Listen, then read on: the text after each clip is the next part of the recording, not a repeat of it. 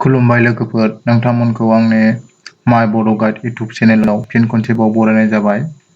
दिनैहाय जों मोनसे गोदान टपिकनि सायाव सावरायगोन एबा गोदान टपिकनि जोङो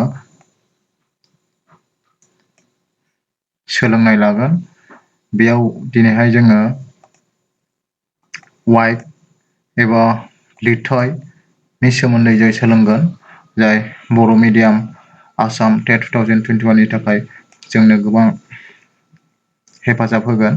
जों बेयाव लिरथाय सोलायनाय, हमना लाबाय जों मिलिग्रामनिफ्राय सेन्टिग्रामाव लांनाय, सेन्टिग्रामनिफ्राय डेसिग्राम, ग्राम, हेक्ट'ग्राम, डेकाग्राम, किल'ग्राम बेबायदियाव सोलायनायनि सोमोन्दै जोङो सोलोंगोन। आरो बेयाव जोङो सोलोंबावगोन मा लिरथायखौहाय माबोरैहाय जोङो सर्ट ट्रिक बाहायनानै जोङो सोलायनो हायो जोबोद खम समनि गेजेरावनो, बेखौबो जों सोलोंगोन। अब्ला फैदो जों भिडिअखौ फारि फारि जागायलांनोसै। भिडिअखौ जागायनायनि सिगां नोंथांमोनसिम आं गुरै खावलायनो सानो, नोंथांमोना जुदि आंनि भिडिअआव गोदानै हाबदोंब्ला अन्नानै आंनि चेनेलखौ लाइक आरो साबस्क्राइब खालाम। अब्ला फै जों भिडिअखौ फारि फारि जागायलांसै। गिबियाव दङ वाइड इउनिट चेन्ज एबा लिरथायनि सानगुदि सोलायनाय। जोङो लिरथायनि सानगुदिखौ माबोरैहाय सोलायगोन जोङो बेखौ बेयाव फारि फारि सोलोंगोन। अब्ला फैदो नै नोंसोर लिरथायनि सानगुदि सोलोंनायखौ रोंगौ ना? जोङो रोंखागौ, बांसिनानो रोंखायो, नाथाय जायफोरा रोङा बिथांमोना भिडिअखौ स्किप खालामालासिनो जोबजासिम नायनो हागोन। आरो जायफ्रा रोंखाबाय एबा जायफ्रा रोंखायो बिथांमोना भिडिअखौ नायागारानो डाइरेक्ट स्किप खालामनानै थांनो हागोन। अब्ला फैदो जों नायनोसै। बेयाव होनाय दं फार्स्ट एग्जाम्पल हिसाबै बेयाव दङ 1 किल'ग्राम। 1 किल'ग्राम समान समान लांदां जायगा ग्राम। थारमाने 1 किल'ग्रामाव बेसेबां ग्राम जायो बेखौ बेयाव बिदों। होमबा जोङो मोनथिखागौ बयबो 1 किल'ग्राम मानि जोंना बेसेबां ग्राम थायो। 1 किल'ग्रामाव जोंना 1000 ग्राम थायो बे। दाना बेयाव बिदों नै 1 ग्राम। 1 ग्रामाव जोंना बेसेबां किल'ग्राम थागोन? 1 ग्रामाव जोंना थागोन 1/1000 ग्राम। 1/1000 ग्राम जागोन आरोखि बे। होमबा जों बेनिफ्राय मा सोलोंनो हागौ? बेनिफ्राय जों सोलोंनो हाबाय गिदिर सानगुदिनिफ्राय जुदि फिसा सानगुदियाव लाङोब्ला जोङो मा बेयाव 1000 जों जोङो मा खालामदों? सानजाबदों। आरो फिसा सानगुदिखौ जुदि जोङो गिदिराव लाङोब्ला एबा ग्रामखौ जोङो किल'ग्रामाव लाङोब्ला जों मा खालामदों? 1000 जों जोङो डिभाइड खालामदों एबा रानदों। अब्ला जोंना बेखिनि। बिनि उनावहाय जों फैबावदो, नायबावनोसै।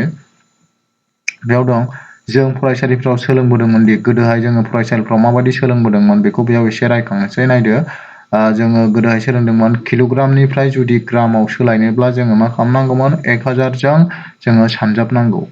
किल'ग्राम देरसिननिफ्राय जुदि जोङो दुइसिनाव लाङोब्ला मा खालामो? जोङो सानजाबोमोन। होखानाय मानखौ जोङो सानजाबो। होमबा बेयाव जोङो किल'ग्रामनिफ्राय ग्रामाव लांनायनि बाथ्रा बुंदों नालाय, किल'ग्रामखौ जुदि जों ग्रामाव लाङोबा मा खालामगोन?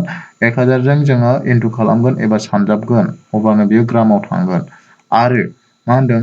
ग्राम आरो ग्रामनिफ्राय जुदि किल'ग्रामसिम सोलायनोब्ला जों मा खालामनांगौ? 1000 जों राननांगौ जाहैबाय। जोंनि दुइसिनखौ जुदि देरसिन सानगुदियाव सोलायनांगौ जायोब्ला एबा लांनांगौ जायोब्ला जों मा खालामगोन? 1000 जों जों रानगोन। बेयाव ग्रामनि आरो किल'ग्रामनि बाथ्रा बुंदों नालाय, जोङो ग्रामनिफ्राय जुदि किल'ग्राम लाङोबा 1000 जों जोङो रानगोन बे। दाना बेयाव बुंबावदों नै फिसानिफ्राय गिदिर सानगुदियाव लांब्ला राननांगौ आरो गिदिरनिफ्राय जुदि जोङो फिसा सानगुदियाव लांब्ला जों मा खालामनांगौ? सानजाबनांगौ एबा जों सानजाबो। बेखौ गोसोआव लादो। दाना फैदो जोङो जोबोद इम्परटेन्ट बाथ्राखौ जों नायनोसै। लिरथाय सोलायनायनि सानगुदिखौ जोंहा बे माखासे सार्ट दङ। बे सार्टखौ नोंथांमोना मोखास्थ' लाथारनांगोन आरोखि। बे सार्टखौ मोखास्थ' लाबासो नोंसोर बे टपिकनि सायाव जुदि कुइसन फैयो अब्ला जोङो 3 सेकेन्ड एबा 5 सेकेन्डनि गेजेरावनो जों मावफुंनो हागोन। अब्ला फैदो जोंना लिरथायनि माखासे सानगुदिफोर दङ एबा गिलिर सुनायनि जोंना माखासे एबा अजन सुनायनि माखासे सानगुदिफोर दं। बेफोर जाबाय नै गिबियावनो मिलिग्राम। मिलिग्रामानो जाबाय बयनिख्रुइबो फिसासिन सानगुदि। मिलिग्रामनि उनाव फैगोन जोंना मा? सेन्टिग्राम। सेन्टिग्रामनि उनाव फैगोन जोंना मा? डेसिग्राम। डेसिग्रामनि उनाव फैगोन ग्राम। ग्रामनि उनाव फैगोन डेकाग्राम। डेकाग्रामनि उनाव फैगोन हेक्ट'ग्राम। हेक्ट'ग्रामनि उनाव फैगोन किल'ग्राम। किल'ग्रामनि उनाव फैगोन जोंना मा? कुइन्टल। अब्ला नोंथांमोना बेखिनिखौ मोखास्थ' लाथारनांगोन, अब्लासो बेनि सर्टकाट ट्रिकआबो खामानि होगोन। होमबा नोंथांमोना बेखौ मोखास्थ' लानो नाजादो। बेनि उनावहाय जोङो नायबावनोसै नै बेयाव दंबावो गोदो जों फरायसालिफ्राव फरायनानै जों माबायदि मोनदोंमोन 10 मिलिग्रामाव जोंना मा जायो 1 सेन्टिग्राम जायो ओमफ्राय 10 सेन्टिग्रामाव मा जायो 1 डेसिग्राम जायो 10 डेसिग्रामाव मा जायो 1 ग्राम जायो ओमफ्राय 10 ग्रामाव मा जायो 1 डेकाग्राम ओमफ्राय 10 डेकाग्रामाव जोंना मा जायो 1 हेक्ट'ग्राम होमबा 10 हेक्ट'ग्रामाव बेसेबां जायो 1 किल'ग्राम 100 किल'ग्रामाव बेसेबां जायो 1 कुइन्टल आरो 10 कुइन्टलाव जोंना मा जायो 1 मेट्रिक टन बे गासिबावबो जोंना जि सानगुदि बारायलांबाय थादों आरोखि अब्ला फैदो जोंना बे ट्रिकआ जोंखौ माबायदि सानगुदि सोलायनायाव हेफाजाब होगोन बेखौ जोङो नायलांसै गाहायाव नोंथांमोना बे ट्रिकखौ स्क्रिनशटबो लानो हागोन नायदो बेयाव लिरदों जों सानगुदि सोलायनायनि गुसुं खान्थि एबा सर्ट ट्रिक सानगुदिखौ जोङो बोरै सोलायो बेनि जों बेहाय सर्ट ट्रिक होदों बेखौ नोंथांमोना गोसोआव लानांगोन एबा बेखौ स्क्रिनशट लानो हागोन आरोखि नाथाय जों गिबियाव सानगुदिखौ बेबादि लिरग्रोजोब्बाय मा किल'ग्राम सेन्टिग्राम डेसिग्राम ग्राम डेकाग्राम हेक्ट'ग्राम किल'ग्राम बे दाना नैबे सिनाव मा होदों नै फिसानिफ्राय गिदिराव थांनाय सिम्बल बेयो फिसानिफ्राय अबाव थांदों गिदिराव थारमाने फिसा सानगुदिनिफ्राय जोङो गिदिर सानगुदियाव जोङो लिरथायखौ सोलायनांगौ अब्ला मा खालामनांगौ नैबेयाव फरायदों नोंथांमोना फिसानिफ्राय गिदिर सानगुदिसिम सोलायनांगौब्ला जोंहा दशमिकआ बबाव जायो अनजिमानि आगसियाव जागोन आरोखि दशमिकखौ जों बबाव बहायगोन अनजिमानि आगसिथिंजाय बहायगोन एबा जोङो सिगाङाव मोनदोंमोन जोङो जुदि फिसानिफ्राय गिदिराव लाङोब्ला जोंहा मा खालामोमोन जोङो रानोमोन ना रानस्लायस्लाय जोंना मा खालामनांगौ डाइरेक्ट जोङो आगसिथिंजाय साननानै दशमिक बहायगोन आरोखि दशमिक अब्लानो जों डाइरेक्ट खालामनो हागोन दाना नैबे मोनसेयाव नायदो जुदि बे हांखोआ मा देखायदों जुदि गिदिरनिफ्राय जोङो फिसायाव लाङोब्ला गिदिरनिफ्राय फिसायाव लाङोब्ला जों सिगाङाव मोनबोखादों मा सानजाबनांगौ गिदिरनिफ्राय फिसायाव लांबा मा जोङो सोखानाय मानखौ सानजाबनांगौ आरोखि होमबा सानजाबस्लायस्लाय जों सर्टकाट ट्रिकआव मा खालामगोन नै नायदो गिदिरनिफ्राय जुदि फिसा सानगुदिसिम सोलायोब्ला दशमिकआ अनजिमानि बबाव जगोन जोंना बबाव जागोन आगदायाव जगोन बियो जुदि गिदिरनिफ्राय फिसायाव लाङोब्ला जोंना दशमिकआ बबाव आगदायाव जगोन आरो ओरै फारसेथिं जुदि फिसानिफ्राय गिदिराव लाङोबा दशमिकआ बबाव अनजिमानि आगसिथिंजाय जगोन बे ट्रिकखौ लानानै जोङो माखासे एगजामपोल नायनोसै अब्ला फैदो जोङो एगजामपोलखौ फारि फारि नायलांसै एगजामपोल नायनानैसो आं बेखौ खोमोरनानै लाग्रोनो अब्ला फैदो बेखौ खोमोरखांबाय दा जों एगजामपोल नायलांसै एगजामपोल मोननैसो एगजामपोल नायबानो नोंथांमोना बुजिनो हागोन आरो गाव गावबो बानायनानै लानो हागोन होमबा फैदो एगजामपोल 1 आव दङ जोंना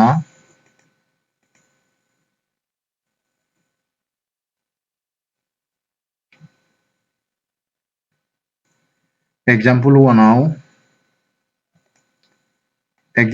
दङ जोंहा 2 किल'ग्रामाव जोंहा बेसेबां ग्राम जायो बेखौ लांनांगौ होमबा 2 किल'ग्रामाव बेसेबां ग्राम जायो जों बोरै दिहुनगोन नायदो बेयाव मा होनदों सानगुदिखौ नाय किल'ग्रामनिफ्राय ग्रामाव लांदों किल'ग्रामनिफ्राय ग्रामाव लांदों माने मा होननाय जाखो गिदिरनिफ्राय फिसायाव लांदों जोंना गिदिरनिफ्राय फिसायाव लांबा जों मा खालामोमोन सानजाबो नाथाय जों बेयाव सानजाबालासिनो मा सर्टकाट ट्रिकखौ बाहायगोन आरोखि किल'ग्रामा बबाव दं बेयाव नायदो नैबे किल'ग्राम बे किल'ग्रामनिफ्राय जोंहा बबाव लांनांगौ बे किल'ग्रामनिफ्राय नैबे ग्रामाव किल'ग्रामनिफ्राय बबाव ग्रामाव लांनांगौ होमबा सानदो नैबे किल'ग्रामखौ जोङो दोननानै बिनि उननिखौ सानोबा मोनसे मोननै मोनथाम खथा बारदों मोनथाम खथा बारदोंबा जों मा खालामनांगोन नैबे नैजों जोङो मा खालामनांगोन मोनथाम जिर' लागायदेरगोन ओरैहाय मोनथाम जिर' लागायदेरबाय ओमफ्राय दशमिकआ मा जाबाय मोनथामनि उनाव नैबेयाव दशमिक बेबायदि होमबा बेहाय जों मा बुजायखो बेहाय 2000 होननानै बुजायनाय जाबाय बे 2000 होमबा बेनिफ्राय जों मोनथिबाय मा 2 किल'ग्रामाव बेसेबां जोंना 2000 ग्राम बे दाना नेक्स्ट फैबावदो मोनसे नायबावनोसै जोङो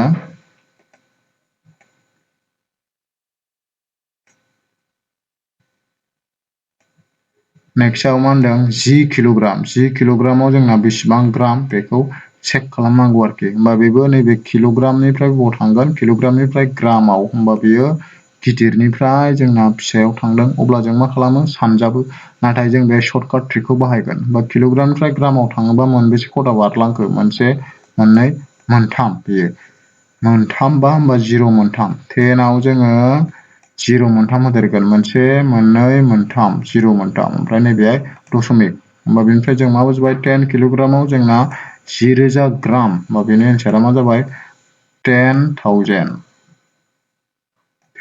जाबाय बे दाना बिदिनो जोङो नेक्स्ट नायबावनोसै नेक्स्ट एग्जाम्पल दंबावो जोंना बेखौ खोमोरनानै लाग्रोनोसै बा नेक्स्ट एग्जाम्पलाव दंबावो नैबेयाव 500 ग्राम 500 ग्रामाव बेसेबां किल'ग्राम बेखौ जोंहा नायनांगौ ग्रामनिफ्राय जों मायाव लांनांगौ किल'ग्रामाव होमबा बेखौ नायदो सार्टआव जों नायबाय नैबे ग्रामनिफ्राय जोङो बबाव नैबे किल'ग्रामाव ग्रामनिफ्राय किल'ग्राम बा ग्रामनिफ्राय जागायदों नालाय ग्रामखौ सानफायालासिनो जोङो बिनि उननिखौ सानदो मा डेकाग्राम हेक्ट'ग्राम आरो किल'ग्राम मोनथाम होमबा जोंहा फिसानिफ्राय गिदिरसिम सानगुदिसिम सोलायोब्ला जोंहा दशमिकआ मा जायो अनजिमानि आगसियाव जगोन बा मोनथाम सिगाङाव जों मा होनांगोन दशमिक होमबा फैदो बे 500 मोनथाम सिगां दशमिक नालाय सानदो मोनसे मोननै मोनथामनि सिगाङाव जों बेयाव मा होनांगोन दशमिक होनांगोन ओमफ्राय दशमिकनि सिगाङाव जों मा होनो हायो लाथिख' होमबा बेनिफ्राय जों बुजिबाय 500 ग्रामाव बेसेबां जाखो लाथिख'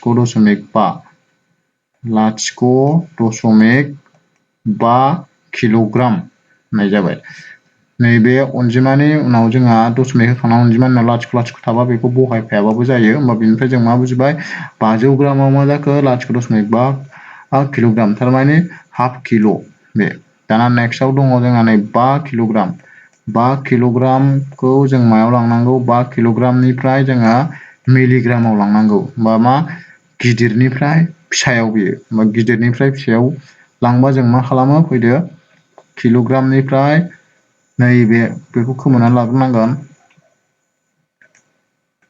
नैबे किल'ग्रामनिफ्राय डाइरेक्ट अबाव नैबे मिलिग्राम माने बे किल'ग्रामखौ जोङो बाद होनानै सानदो बेसेबां मोनबेसे खथा थांखो मोनसे मोननै मोनथाम मोनब्रै मोनबा मोनद' होमबा मोनद' लाथिख' होखांनायनि उनावहाय जों मोनसे दशमिक होनांगोन माने बे बायाव जोङो मा मोनद' लाथिख' मोनसे मोननै मोनथाम मोनब्रै मोनबा मोनद' उनाव दशमिक उनाव बे जेबो गैला थारमाने जोंहा मा होननाय जाखो 5 किल'ग्रामाव बेसेबां मिलिग्राम 5 किल'ग्रामाव नैबे बेसेबां जागोन बे मोनसे मोंजि मोंजौ रोजा उजुर लाख 50 लाख होमबा 5 किल'ग्रामाव बेसेबां मिलिग्राम 50 लाख मिलिग्राम जागोन बा नोंथांमोना जुदि बे ट्रिकखौ नायो अब्ला बेयो जोबोद गोरलै जागोन आनजादाव नोंसोरना 5 सेकेन्ड 6 सेकेन्डनि गेजेरावनो मावफुंनो हानाय जागोन आरोखि अब्ला फैदो जोङो मोननैसो एग्जाम्पल नायबावनोसै होमबा बेयाव दङ नै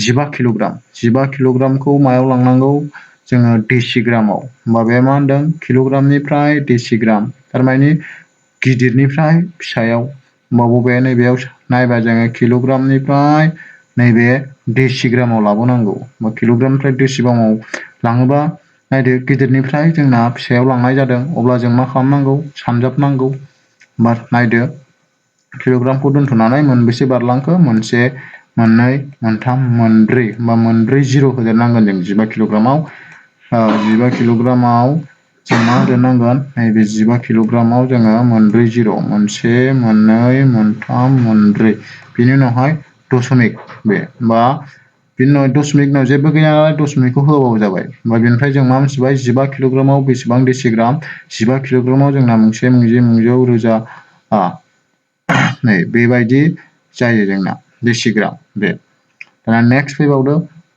मोनसे दंबावो 25 मिलिग्रामाव बेसेबां ग्राम दाना मिलिग्रामनिफ्राय जों मायाव लांनांगौ ग्रामाव फिसानिफ्राय जोङो गिदिराव लांनांगौ होमबा फिसानिफ्राय गिदिराव लांबा जोंना आगसिथिंजाय दशमिकखौ होयो एबा राननांगौ जों रानस्लायस्लाय जों डाइरेक्ट आगसिथिंजाय मा दशमिक बहायगोन अब्ला फैदो बोरै बहायगोन जों नायनोसै मा होनदों मिलिग्रामनिफ्राय ग्राम नैबे